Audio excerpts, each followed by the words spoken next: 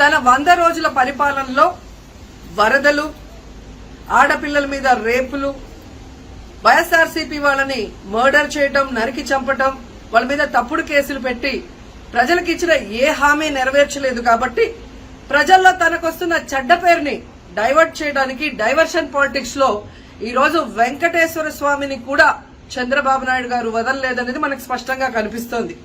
ఎందుకంటే ఆయనకి ఎప్పుడు అలవాటు, ఎప్పుడెప్పుడు ఆయనకి చెడ్డ పేరు వస్తుందో అప్పుడు ఏదో ఒక ఇష్యూని ఆయనే క్రియేట్ చేస్తాడు. దాన్ని తన వర్గీయులతో పబ్లిసిటీ చేయటం, దాని మీద డిస్కషన్లు చేసి ఎదుటి వాళ్ళ మీద నిందలు వేయటం ఆయనకు అలవాటే. కానీ ఈ రోజు మీరు చూస్తే సాక్షాత్తు టీటీడీలో తిరుమల లడ్డూ మీద ఇంత దిగజారుడుతనంగా చంద్రబాబు నాయుడు గారు మాట్లాడతారని ఎవరు ఎక్స్పెక్ట్ చేయలేదు. ఈ రోజు ఆయన మాట్లాడాక ప్రతి ఒక్కరు కూడా చీకొట్టడం మనం గమనిస్తూనే ఉన్నాం. ఎందుకంటే సాక్షాత్తు చంద్రబాబు నాయుడు గారి కొడుకే చెప్పాడు టీటీడీలో ముఖ్యమంత్రికి ఎటువంటి సంబంధం ఉండదు అని.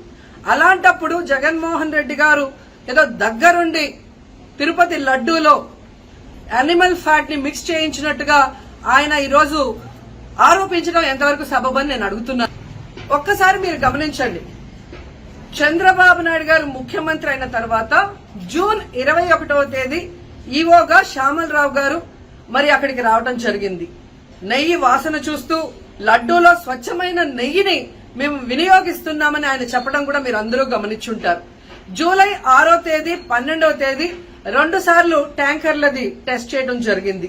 అందులో వెజిటబుల్ ఫ్యాట్ మిక్స్ అయింది కాబట్టి దాన్ని రిజెక్ట్ చేశాము, దాన్ని వాడలేదు అని శ్యామలరావు గారు చెప్పడం మనం అందరం కూడా గమనించాం. అలాంటిది 2 నెలల తర్వాత ఇప్పుడు చంద్రబాబు నాయుడు టీటీడీకి సంబంధించిన దాన్ని టీడీపీ ఆఫీస్ లో ప్రెస్ మీట్ పెట్టి ఇలా యానిమల్ ఫ్యాట్ కలిసింది అని ఒక నింద వేసినప్పుడు దాన్ని సమర్థిస్తూ మళ్లీ శ్యామలరావు గారితో ప్రెషర్ పెట్టి ప్రెస్ మీట్ పెట్టించి ఎలా మాట్లాడిచ్చారో మీ అందరూ కూడా గమనించారు. సాక్షాత్తు నారా లోకేష్ గారే చెప్పారు టీటీడీతో ముఖ్యమంత్రికి సంబంధం లేదు అని. అలాంటప్పుడు జగన్ గారి మీద ఎలా నిందలేస్తారని నేను అడుగుతున్నా. ఈరోజు మీ ప్రభుత్వంలో మీ ఈవో ఉండగా మీరు టెస్టింగ్ చేసిన మిల్క్ లో వెజిటబుల్ ఫ్యాటా ఇంకో ఫ్యాటా ఉంటే దానికి బాధ్యత ఎవరు?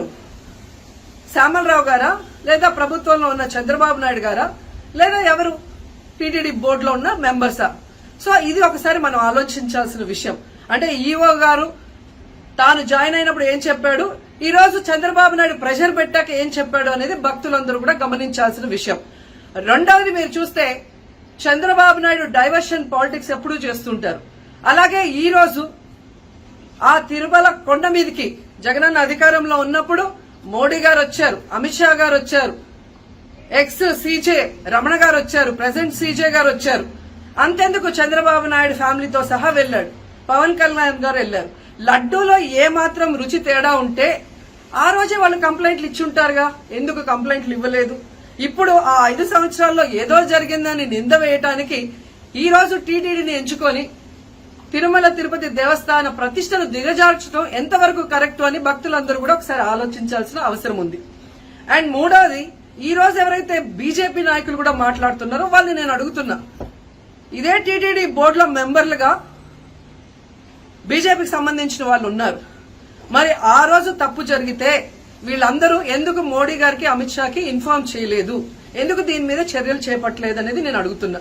అలాగే ఈ రోజు తెలుగుదేశం పార్టీ అధికార పార్టీలో ఉన్న వేమిరెడ్డి ప్రశాంతి గారు ఆ 5 సంవత్సరాల కాలంలో ఈ పర్చేసింగ్ కమిటీలో 5 సంవత్సరాలు ఉన్నారు.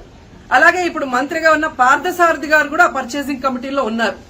మరి వాళ్ళని విచారించండి, ఆ బోర్డు మెంబర్లందరినీ బయటకు వచ్చి మాట్లాడమని చెప్పండి, తప్పు జరిగిందా లేదా. ఈరోజు ఇంతమంది గొప్ప గొప్ప వాళ్ళు తిరుమలకు పోయి లడ్డు తిన్నా జరగని తప్పు వాళ్ళ పర్చేస్ కమిటీలో ఉన్న వాళ్ళు జనసేన పార్టీ తెలుగుదేశం పార్టీలో చేరిన వాళ్ళని మాట్లాడకుండా కేవలం జగన్ గారిని టార్గెట్ చేసి మాట్లాడటం చూస్తే రాజకీయ లబ్ధి కోసం తిరుమల పవిత్రను భ్రష్టు పట్టిస్తూ ఈరోజు చంద్రబాబు నాయుడు చేస్తున్న నీచ నికృష్ట రాజకీయాలు అందరూ కూడా గమనించి ఆ చంద్రబాబు నాయుడికి బుద్ధి చెప్పమని కోరుకుంటున్నా. ఇక ఫైనల్ గా తనని ఎవరూ నమ్మరు అనుకున్నప్పుడు పవన్ కళ్యాణ్ గారిని ఫ్రేమ్ లోకి తీసుకురావడం చూస్తున్నాం. ఇది కూడా మనం అందరూ కూడా గమనించాలి. ఎందుకంటే ప్రాయశ్చిత్త దీక్ష చేస్తున్నానని పవన్ కళ్యాణ్ అంటున్నారు.